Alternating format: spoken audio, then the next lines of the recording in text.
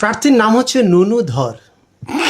বললাম নুনু ধর নির্বাচনে দাঁড়াইছে পত্রিকায় হেডলাইন নুনু খারাইছে।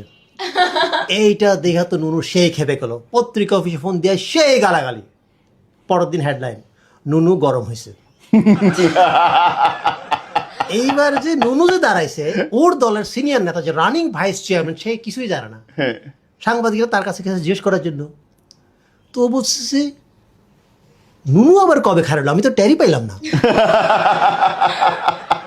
একই এলাকায় একই পদে একই দলের একজন মহিলা ভাইস চেয়ারম্যান দাঁড়াইছে, এর আবার নুনুরে দেখতেই পারে না। মহিলারা বিক্ষোভ মিছিল সেই করে মহিলারা আবার সাংবাদিকদের কাছে ওর বিরুদ্ধে অনেক কথা বলছে। পরের দিন হেডলাইন মহিলাদের সন্তুষ্ট করতে পারেনি নুনু। সাংবাদিক থেকে সাবধান। এইটা দেখে তো মহিলা কাছে খেপা খেপা সাংবাদিকদের, দেখেন এটা কি করলেন, দলের মধ্যে গ্রুপিং লাগাই দিলেন, তার সাথে আমার ব্যক্তিগত কোনো রেশারেশি নাই, না হেডলাইন চেঞ্জ করেন। কি পরের দিন হেডলাইন নুনুতে সন্তুষ্ট মহিলা, মহিলা চেয়ারম্যান প্রার্থী নুনুতে সন্তুষ্ট। এখন দেখা গেছে কি এটা লিয়ে আরেক গ্যাঞ্জাম লেগে গেছে, দেখা গেছে দুজনের মধ্যে তো গ্রুপিং চলতেছে, দলের থেকে একটা বড় নেতাকে পাঠানো হয়েছে এই ঝামেলা মিটমাট করার জন্য। যে আসছে তার নাম হচ্ছে কালীধর।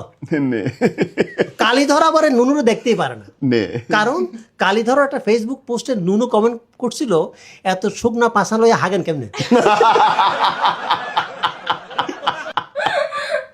ये खोदा उठा ले मुझको।